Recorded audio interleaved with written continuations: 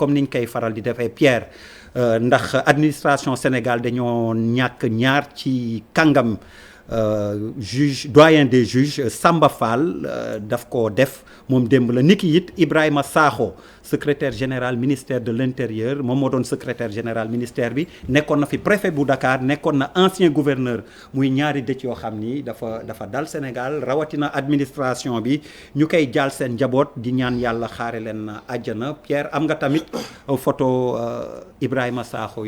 mun nga ko moom it wanalek askan wi. ñu koy jaal seen njaboot di ko jaal waa administration di ko jaal ñi nga xam ni ñoom la ñu bokkaloon liggéey Habib dëj yu mel nii am ci réew mi te dootuñu toog ay bés boo xam ni jaale wuñu looy yëkki comme kàddu. waaw di jaale mbokkam yi di li ma ci gën a kii mooy c'est de haut comité de l'État ñoo xam ne la liggéeyal nañu réew mi daf leen amel njukkal. ki mujj gaañu Sakho bi moo doon secrétaire général actuel bu ministère de l'intérieur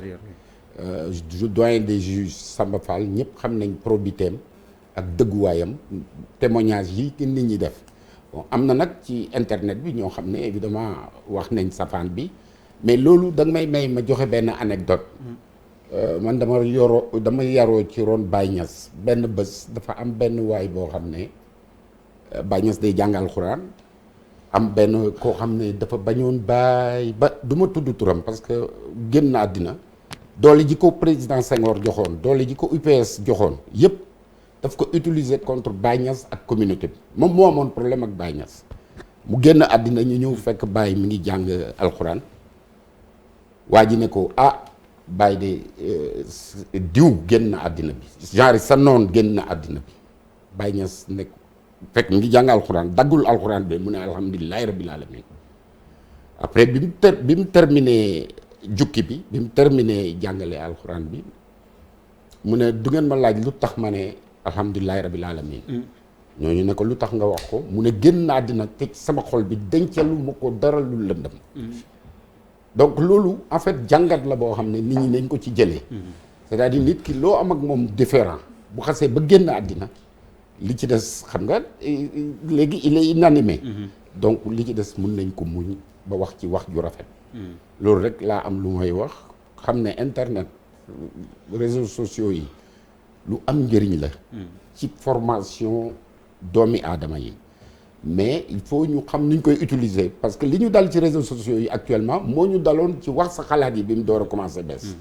ndax wax sa xalaat da ngay gis ku tourner rek di saaga di auto téléphone di saaga après mu xewi léegi bàyyi nañ ko léegi wax sa xalaat da ngay oo rek wax li la naqari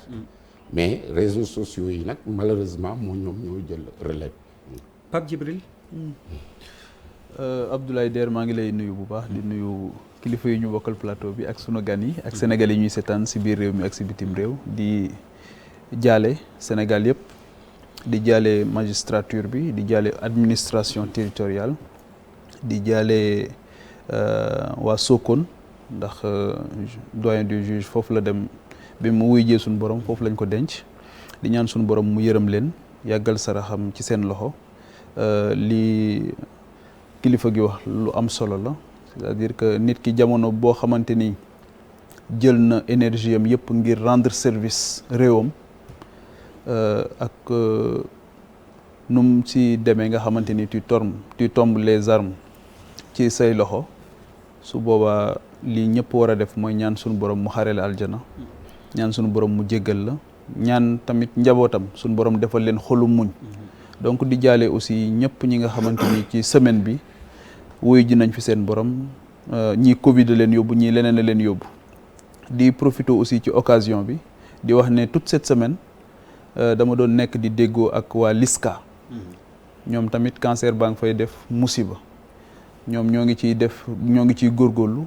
waaye fii ñu toll nii daanaka malade bu ñëw seet si leen dañuy bokk ak yow naqar rek mënaluñ la dara donc nag ñoo ngi lancer un appel di fàttali ne cancer boobu li muy rey Covid reyu ko te da cee boole douleur bu doy waar donc te traitement yaag lañ ci def ba ci analyse yi am na ñu fay ñëw ñoo xamante ni bu ñuy ñëw foofu la ñu yaakaar te mënuñu ko am je pense que ne c'est important qu'on donne de la voix pour que ñu mën leen a bàyyi xel mën leen a dimbali képp koo xamante ni mën nga leen a gestu yóbbu fa sa alal ngir ñu dimbali ñooñu nga xamante ni ay néew di doole lañ te liska rek la ñu yaakaar ngir mën a faju message bi am na solo Pape Djibril sëñ Khadim. waa xanaa di jaale seen waa kër di xam ni fonctionnaire dafa metti parce que fonctionnaire mooy koo xamante ni dafa am devoir de réserve xam nga juge yi bu ñu doon àtte 16 millions de Sénégalais yi 8 millions yi ñooy ànd ak ñoom 8 millions yi contre leen ndax saa yoo àttee rek am ko jox dëgg am ko jox toor donc nga am ku la bëgg am ku la bañ moo tax ku ci génn àdduna nañu xam ni moom it ay moments yu métti la nekkoon ndax gis nga àtte yi fi yàlla la buñ ko dénkee nit dafa métti dafa diis moo tax il faudra que nit ñi di ci bàyyi xel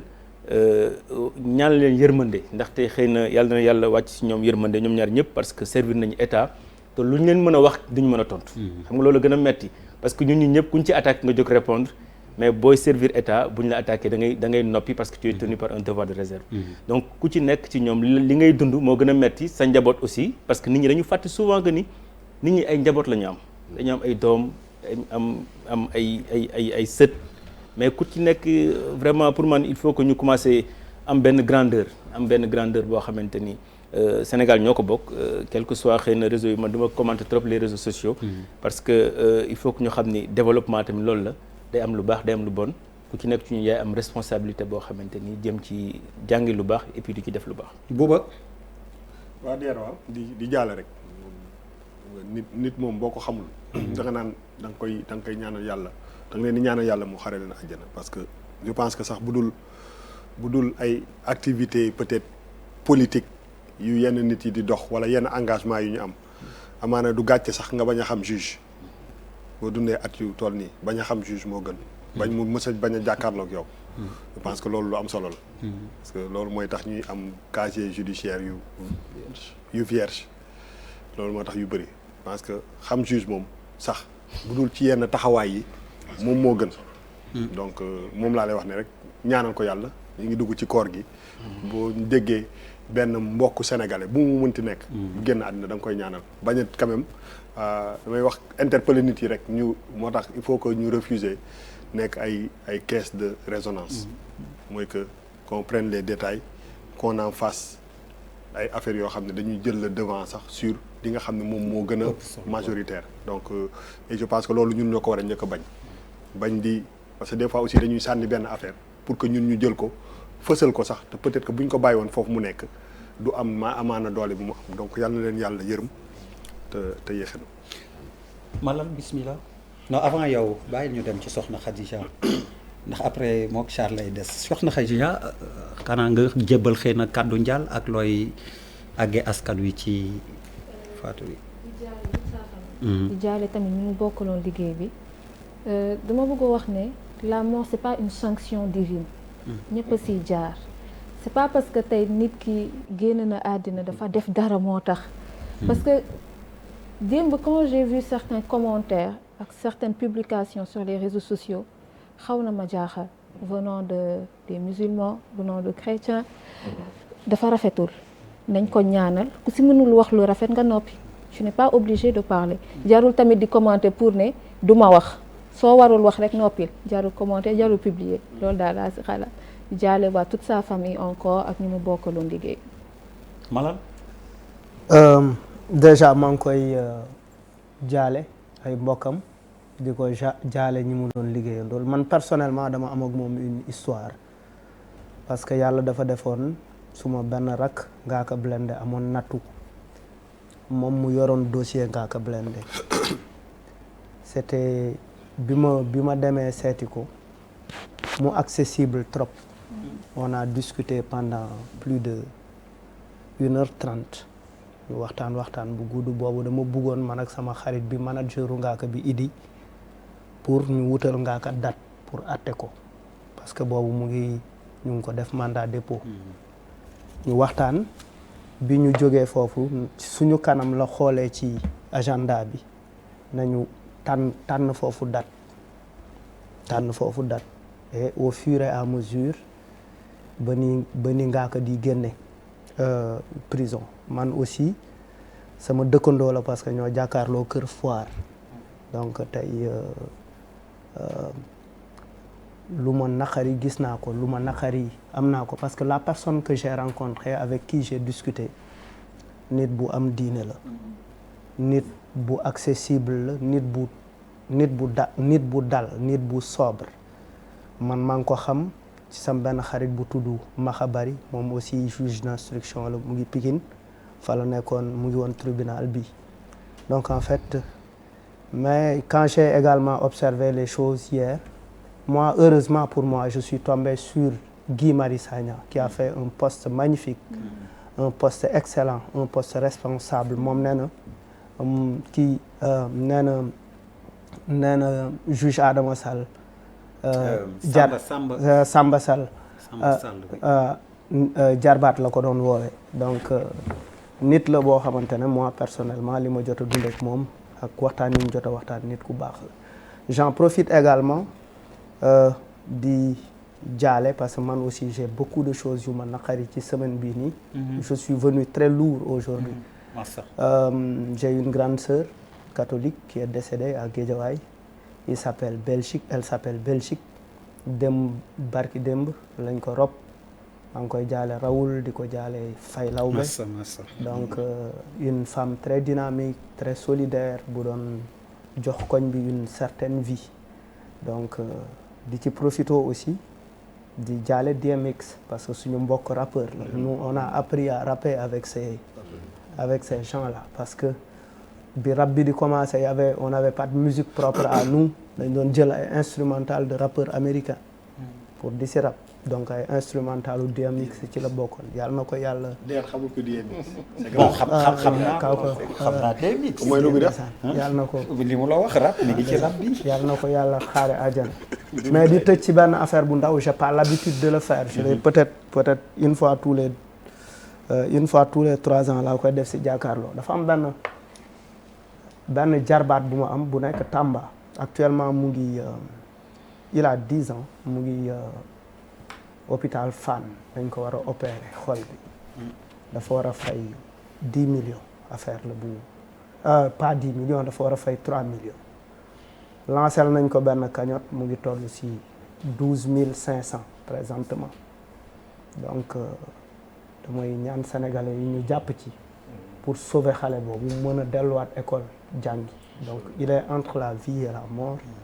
waaw bu ci nit ñi mënee jàpp rek dimbali ñu sauver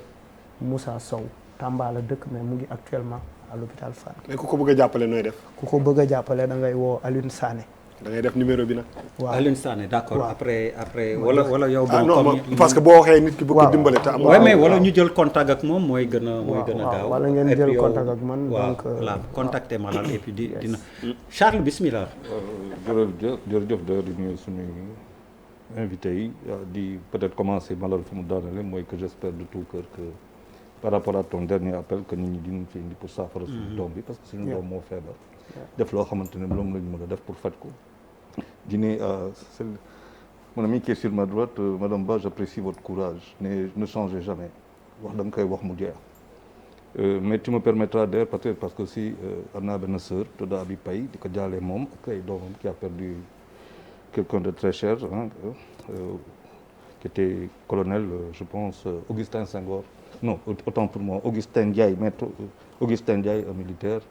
qui est parti très récemment te moo fi nekkoon fii yoroon lu mu tudd infirmerie IHO qui est devenu aujourd'hui cet hôpital quasiment de stade 3 dîner aussi d'ailleurs je dois aussi présenter des excuses publiques une certaine dame qui s'appelle Madame Koumba Kane Sall enseignante à la retraite et inspectrice à l'éducation que j'aurais probablement ou que j'aurais choqué en tout cas par rapport à des propos qui auraient été tenus sur un plateau, celui-ci notamment, et qui heurterait ses enfants. Elle a fait un papier aujourd'hui qui s'appelle Mon cri du cœur, où elle nous prend à partie. Je lire un papier qui m'a fortement ébranlé. Et pour dire que bon, en tout cas moi, pour ce qui me concerne, c'est humblement que je vous présente mes plates excuses. pour dire aujourd'hui d'ailleurs que le Sénégal ça va pas. mais Charles doguma la mais bu dee ça concerne le truc. Non, je parle en ce qui me concerne. Ah non moom laa non dama ne comme xamuñu lan la. Est-ce que c'est pas bien que ñu partager peut-être que ñun aussi ñu mun ñu profiter bu dee dañ ci sentir que ni dañu ci bokk ñu kii parce que on ignore comme Sénégalais que li ngay waxtaan man xamuma. Waaw mais bon comme j'ai dit encore une fois c'est en ce qui me concerne parce que je suis dans cette affaire-là. Donc c'est humblement que je lui présente. Mais nous on n'est pas concernés. Non, c'est pour ça que je dis en ce qui me concerne. Donc pour dire aujourd'hui que présenter les condoléances à l'administration judiciaire, toute la famille, en tout cas des défunts, le défunt Sakho ak le défunt Sall, sa famille, tous ceux qui l'ont connu, qui l'ont aimé. Mais de dire que nous sommes dans un pays qui commence à devenir, qui pose un sérieux problème actuellement. Dëgg bi mooy que ça ne peut plus continuer comme ça. La terreur boo xamante ne moo nekk sur les réseaux sociaux mooy que tey wax moo mënatul ne ça veut dire la contradiction boo ko indee sax tu es agressé d'une telle manière que ñu bëri dañu commencer désengager wu di tëj seen compte. Pourquoi? Parce que il y a une véritable terreur. ñu ngi fàtte nag benn affaire ku wax summeeku. L'attitude détermine l'altitude. nit foo waxee tu te déshabilles. wax kaddu mooy yëre boo ko waxee nit ñi xoolaat la xam ne yow yaay kaddu. fu ñu jëm nii baaxul faw nag ñu am fit wax ko Sénégal mënatuñu ne ci situation boo xamante ne dañ lay agressé lakk sa kër duma la ba pare dara du leen ci fekk. Je pense qu'il est grand temps qu'on s'arrête et qu'on arrête de nous caresser dans le sens du poil et qu'on se dise nos vérités. lu fi xew par rapport à quelqu'un dafa am boo xamante ne muy comme vous l'avez dit quand c'est nous-mêmes chrétiens on nous a appris aimez-vous les uns les autres quand c'est le prophète bu kooku doon ñëw si buntu këram di fa sotti lu mu fay sotti bés ba mu gisul lu fa newoon mu nekk 2 jours 3 jours dama ma xool est-ce que kooku dara jotu ko parce que ça fait 2-3 jours pour dire rek wala dafoo xamante ne war nañ fa dellu gëstu ko parce que voilà c'est assez important de la religiosité c'est ce qu'on affirme avec aisance un peu partout mais mooy loo xamante ni moo fi gën a yomb defe naa tey man il faut qu'on appelle suñu kilifa yi muy suñu kilifa diine yi suñuy mag yi ak lépp parce que dëkk bi dafa manquer singulièrement de projecteurs pour suñuy doom parce que ce qui est en train de se passer c'est inacceptable qu'on insulte comme je l'ai vu hier ce qui a été fait à la mémoire d'un juge ça veut dire nag wante nag il faut voir aussi tout ce que nous avons eu à dire à propos de la justice et c'est ça qui amène ça ça veut dire que dafa am ay moments yoo xamante ne faw ñu assumer suñuy wax bu ñu toogee di dóor ci kaw nit ñi mais les gens ils trouveront exactement les formules qu'il faut et les situations qu'il faut parce que les conditions ont été créées pour et c'est justement ça qui est aujourd'hui mon véritable problème dama gis je me suis dit bon il va falloir que je ferme Twitter que je ferme Facebook et tout le reste parce que je n'ai plus rien à faire mais c'est de la terreur et ça ne peut pas continuer. Merci Charles. Alors